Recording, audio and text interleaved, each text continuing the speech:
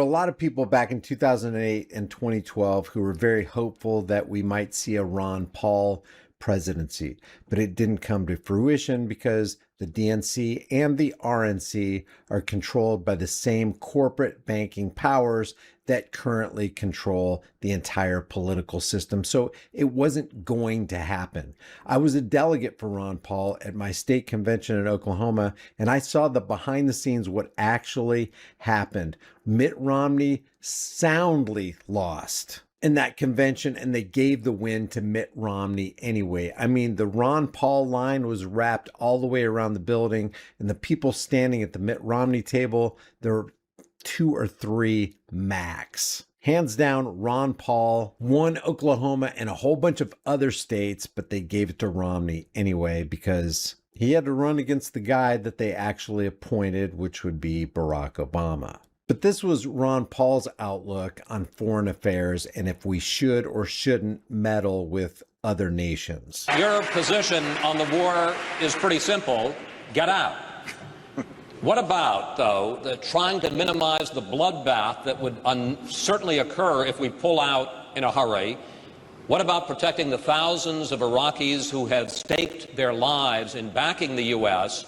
And would you leave troops in the region to take out any al-Qaeda camps that are developed after we leave?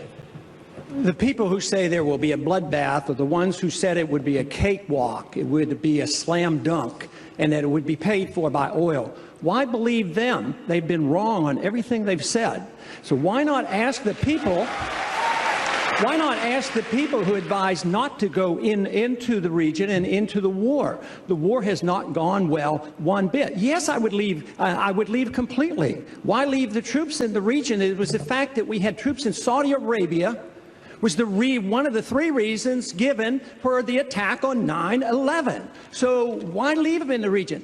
They don't want our troops on the Arabian Peninsula. We have no need for our national security to have troops on the Arabian Peninsula. And going into Iraq and Afghanistan and threatening Iran is the worst thing we can do for our national security. I am less safe. The American people are less safe for this. It's the policy that is wrong. Tactical movements and shifting troops around and taking in 30 more and reducing by 5, totally irrelevant. We need a new foreign policy that said we ought to mind our own business, bring our troops home, defend this country, defend our borders. And we can't afford it. We're in debt. We can't afford to send troops to foreign lands to plunder resources and set up new regimes that are going to bow down to Israel and the United States. Ron Paul's message was very, very popular. So, Congressman Paul, and I'd like you to take 30 seconds to answer this. You're basically saying that we should take our marching orders from al-Qaeda. If they want us off the Arabian Peninsula, we should leave? No. I'm saying we should take our marching orders from our Constitution. We should. You can hear the guys laughing with the microphones. They were mocking Ron Paul the entire time. Not go to war. We should not go to war without a declaration. We should not go to war when it's an aggressive war. This is an aggressive invasion. We've committed the invasion of this war, and it's illegal under international law. That's where I take my marching orders, not from any enemy. Over this way. The American people didn't go in.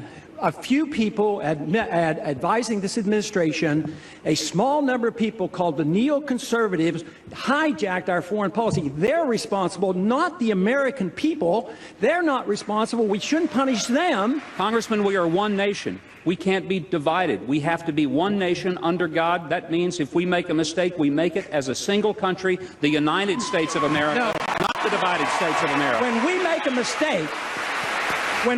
mistake, it is the obligation of the people through their representatives to correct the mistake, not to continue the mistake.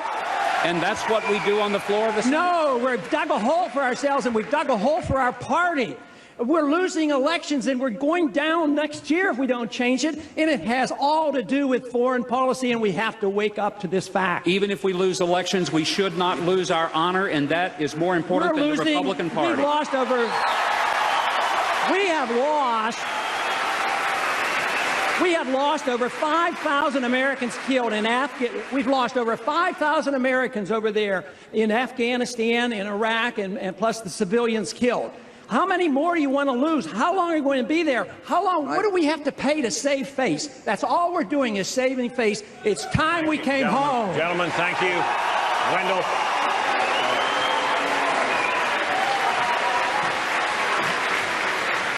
Congressman Paul, your answer is to cut both taxes and spending. You say that you would eliminate the IRS, the CIA, the Federal Reserve, the Department of Homeland Security. Look, everybody laughing at that. All the alphabet soup agencies are parasitic agencies sucking off of the rest of us. They got to go. And yet the neocons laugh at Ron Paul for even suggesting that we get rid of the domestic terror cell known as the IRS. Medicare. I know that you used to want to end the FBI. I'm not sure whether you still support that idea, sir. Perhaps you can tell us. But if you get rid of the CIA, let alone the FBI, how would President Paul have any idea, any intelligence of what our enemies, foreign and domestic, are up to? Well, you might ask a better question. Before 9/11, we were spending $40 billion a year, and the FBI was producing In other words, he goes on to say that you can't even trust the intelligence agencies. They're not worth paying for. There's some serious crap going on, and we got a serious crap slinger slinging all the crap going on. Leave your thoughts about